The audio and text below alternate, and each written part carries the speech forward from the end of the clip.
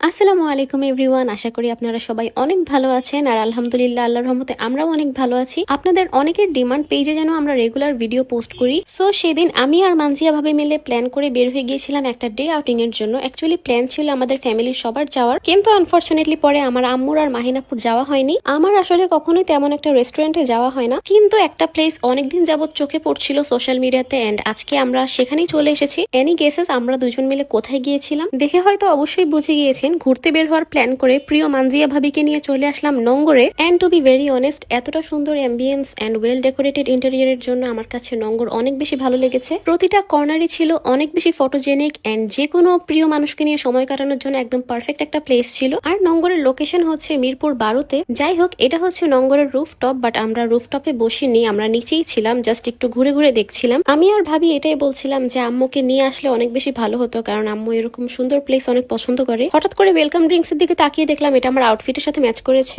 এর মধ্যে খাবারও সার্ভ করে দিচ্ছিল। পুরো ভিডিওতে আমাকে আর মানজিয়া ভাবিকে দেখা গেলেও আমরা টোটাল ছিলাম 7-8 জন, এন্ড যেহেতু অনেক মানুষ তাই অনেক আইটেমের খাবার অর্ডার করা হয়েছিল। আর টু বি ভেরি অনেস্ট, নঙ্গরের প্রত্যেকটা খাবারেরই কোয়ালিটি এন্ড টেস্ট অনেক বেশি ভালো ছিল। এন্ড আপনারা যদি ফুড এক্সপ্লোর করতে পছন্দ করেন then you should definitely visit Nongor. কিন্তু দুঃখের কথা হচ্ছে স্টোরি দেওয়ার জন্য অনেকগুলো ভিডিও ক্লিপ নিয়েছিলাম, বাট আমি স্টোরি দিতে ভুলে যাই। তারপর সবার জন্য ডেজার্ট আইটেম সার্ভ করে দিচ্ছিল। Though I don't have a sweet tooth, but আমার চিজ কেক অনেক বেশি পছন্দ। এতগুলো সুন্দর ডেজার্টের মাঝে আমার চোখ ছিল চিজ কেকটার দিকেই, এন্ড সেই সাথে 50% তিরামিসুর দিকেও আমার চোখ ছিল। আমার জন্য পৃথিবীর সব ডেজার্ট আইটেম একদিকে আর চিজ কেক অন্যদিকে, এন্ড এই চিজ কেকটার টেস্ট অনেক বেশি ভালো ছিল। দেন খাবার শেষে সবার জন্য কোল্ড কফি অর্ডার করা হয়েছিল, বাট আনফরচুনেটলি সেগুলোও আমি খুব অ্যাস্থেটিক ভাবে ছবি তুলে পরে স্টোরি দিতে ভুলেই যাই। তারপর ভাবলাম কষ্ট করে সেজেগুজে বের হয়েছি, যেহেতু কিছু ছবিও তুলে নেই, যেহেতু পিকচার তোলার জন্য এই ব্যাকগ্রাউন্ডটা আমার আর মানজিয়া ভাবির অনেক পছন্দ হয়েছে, তাই ওয়েট করছিলাম যে এই জায়গাটা ফাঁকা হলে আমরা এখানেই পিকচার তুলবো। পিকচার ক্লিক করার টাইমে আসলে তাড়াহুড়া করে কোনো লাভ নাই। ব্যাকগ্রাউন্ডে মানুষ সহ 10টা ছবির থেকে একটা